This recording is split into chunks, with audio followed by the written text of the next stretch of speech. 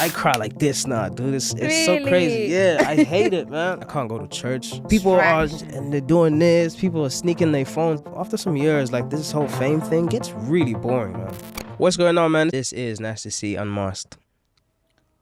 I appreciate you sitting down with us here at the BBC. Of course, come on now. You have been doing some regular jobs. Yes. You're a musician, you're a rapper. Yeah. But you have been in the supermarkets, the barber, changing tires. Yeah. Tell me about that. Where did that come from? Initially, I thought of that idea as just a campaign to push this one song that I dropped called Soft, right? And the first lyric of the song is working hard just to live soft. Oh. So I was like, all right, what do normal people go through? Like, what's their version of working hard to live soft? I know what mine is, staying up late at night, a bunch of studio time, clubs, whatever. Being able to experience that, even if it's just for a couple hours, to experience what a normal person does at work. Plastic bag? No plastic bag? Okay. I think it's just FOMO, man. If you know anyone that's hiring, whether they're zookeeper, beekeeper, pilot, whatever it is, I'll do it, man. I'll do it. After some years, like this whole fame thing gets really boring, man. It gets really weird and dark, and you want to be treated like everyone else. What is that like? Take us into this bubble that can sometimes get dark. Well, for one, you never know if any of the people you meet are truly interested in you, your character. Two, it gets really tricky with family, too. Once you get famous and you get money, it's like, oh, you changed. And it's like, no, we never spoke. We never spoke. I didn't change. I can't go to church. And that sucks. Really? Yeah. Why not? Because of how I feel when I'm in church. Tell me about that. I end up feeling like the devil. Why? Everyone is turning around looking at me instead of praying. You know what I mean? People are, and they're doing this. People are sneaking their phones and they're not listening. Like, they're not listening to what the pastor's saying. People are not really praying. That's weird. That's very weird. I don't think that should happen in that environment. Then how do you stay in touch with God, that relationship, and with your spirituality?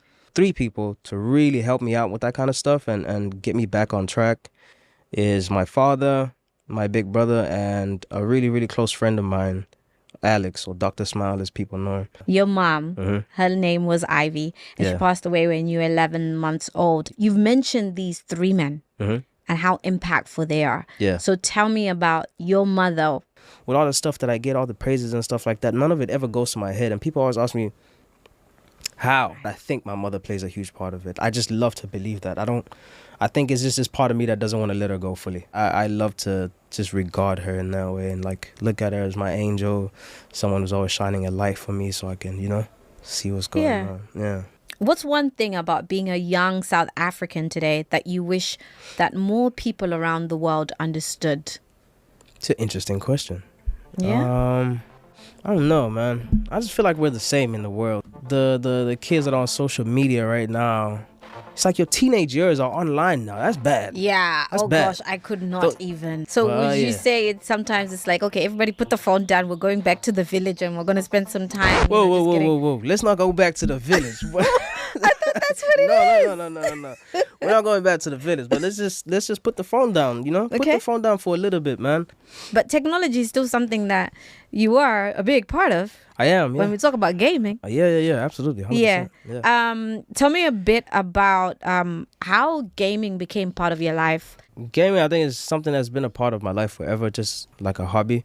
Then I started falling in love with the idea of gaming as a career. Gaming is it's on a serious rise in Africa right now. If you think about how we have it back at home, first of all, we don't have that many servers, and so we're lagging all the time.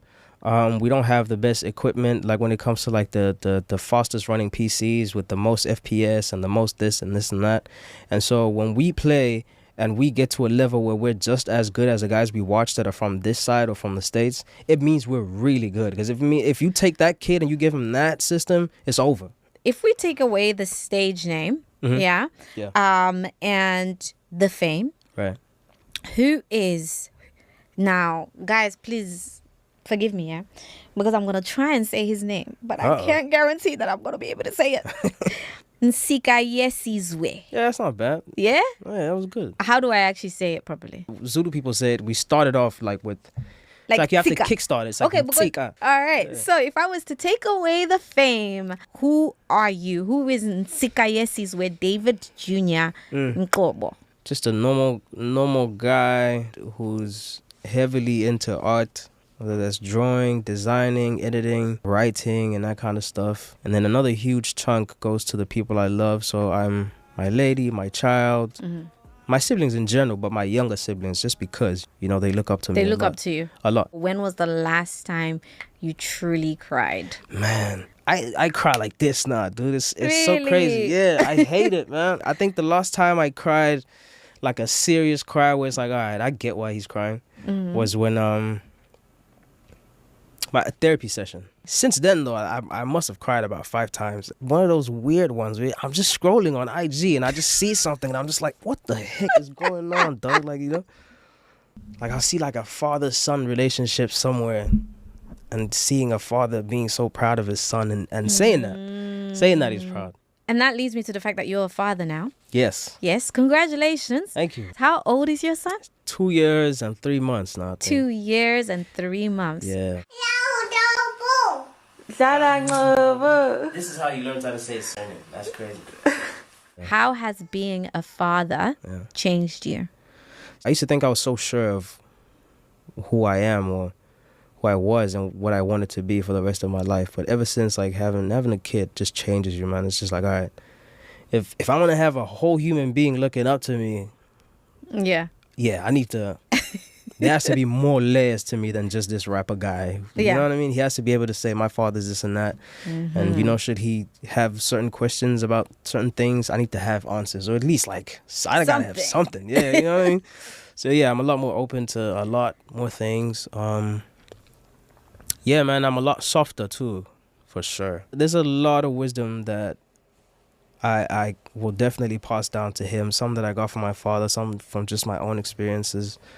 And I think he's gonna be all right, man. Yeah. Yeah, I think he's got a good one. He's got a good good father. Yeah, he's gonna be good.